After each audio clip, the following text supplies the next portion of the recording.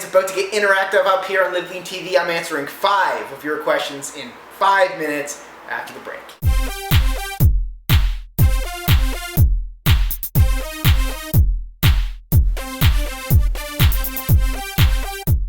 Alright guys, thanks for tuning in. I'm your host Brad Guthrie. You are watching LiveLeanTV. This is our hashtag LLTV session, and I'm answering 5 of your questions in 5 minutes. We got 5 good questions today. First question is, I made this chicken fajita recipe but substituted nutritional yeast and liquid aminos for cumin and oregano, and it was really good. So I think she's saying she used nutritional yeast and liquid aminos instead of a natural seasoning like cumin and oregano.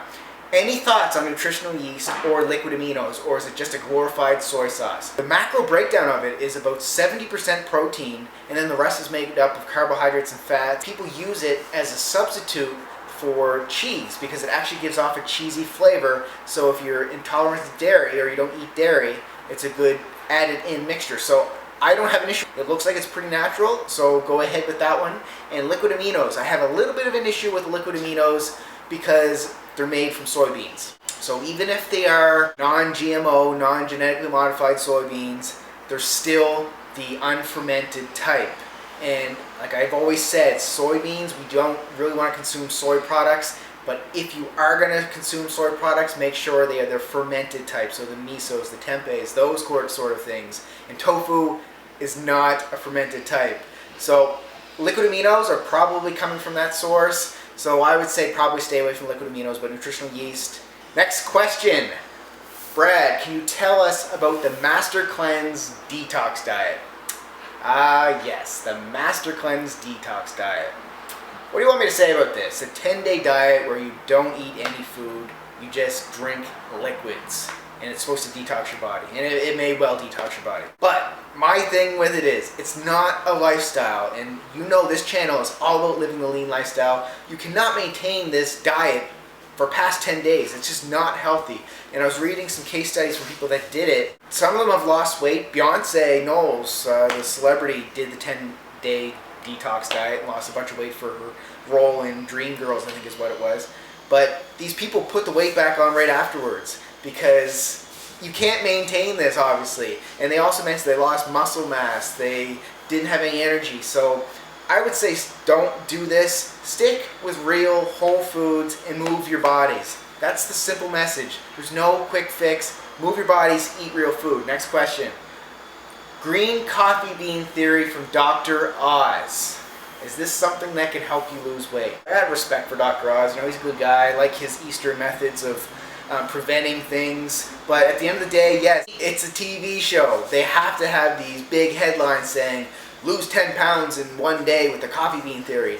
But come on, let's be realistic here, guys. If this was a magic pill, it would be hugely marketed right now. Everybody would know about it, and the stock prices would be through the roof. He did a study with his audience, and I guess they did it for 2 weeks. Half the audience did a placebo, and the other half did the green bean theory.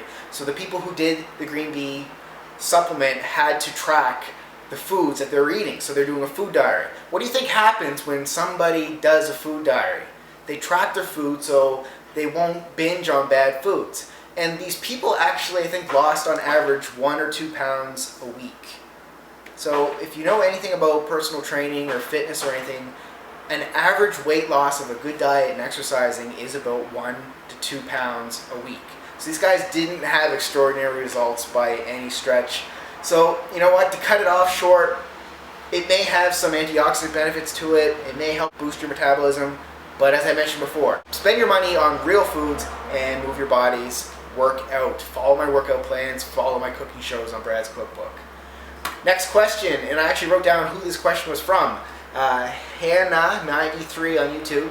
She said, I'm thinking of going paleo, and I'm worried about not getting enough calcium without dairy in my diet. Do you take supplements, or are there other non-dairy foods high in calcium? Great question. This is probably the #1 question everybody gets when they go paleo, is where do you get your calcium from? Because there's no dairy in a paleo program. The problem is, people think the only way to have strong bones is via calcium. That is not true. Calcium, yes, it does help you have strong bones, but there's another mineral. It's called magnesium. Magnesium and calcium actually work synergistically together, that when you take in a lot of magnesium, your dependence on calcium actually goes down. And what food do you think is very high in magnesium? Green, leafy vegetables. And on the Paleo Diet, it's all about vegetables, it's all about protein, it's all about fat. So your magnesium levels are going to be very high when you're on the Paleo Diet, so you don't have to worry about the calcium, because there's many people getting great results on the Paleo Diet and they're not breaking their arms by someone giving them a karate chop. It just doesn't happen that way. Oh, and if you want to take a calcium supplement for a mind thing, you could do that as well, but I don't take a calcium supplement. I don't eat dairy, and I've never had a broken bone in my life. Lifting weights will help your bones as well. Next question from Miley Cruz 125. Can you make some substitute suggestions? For example, I've been using plain rice cakes instead of bread to make an open-faced turkey avocado sandwich. I don't know what a sandwich is. I assume she means sandwich, but that might be the lingo these days. What would be a good substitute for an English muffin, egg, and she used sandwich? Again, great question. And there's actually, if you're going to have bread, I mentioned this in my Food Wars episode, you can click here if you haven't seen my Food Wars on bread yet, go with the sprouted grain bread. It's a better quality ingredients, there's none of the artificial stuff in there, it's actual natural foods.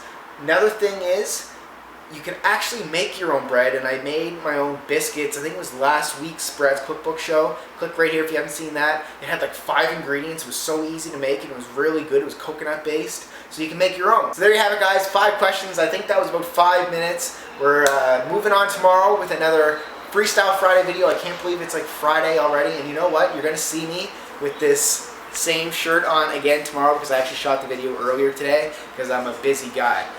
So there goes Peyton. Thanks for tuning in. Please click this like down here to support this channel. Comment, subscribe, and we will see you guys tomorrow with not Food Wars, Freestyle Friday. It's actually going to be a good one. I'm going to show you. You're going to have to watch. See you guys tomorrow.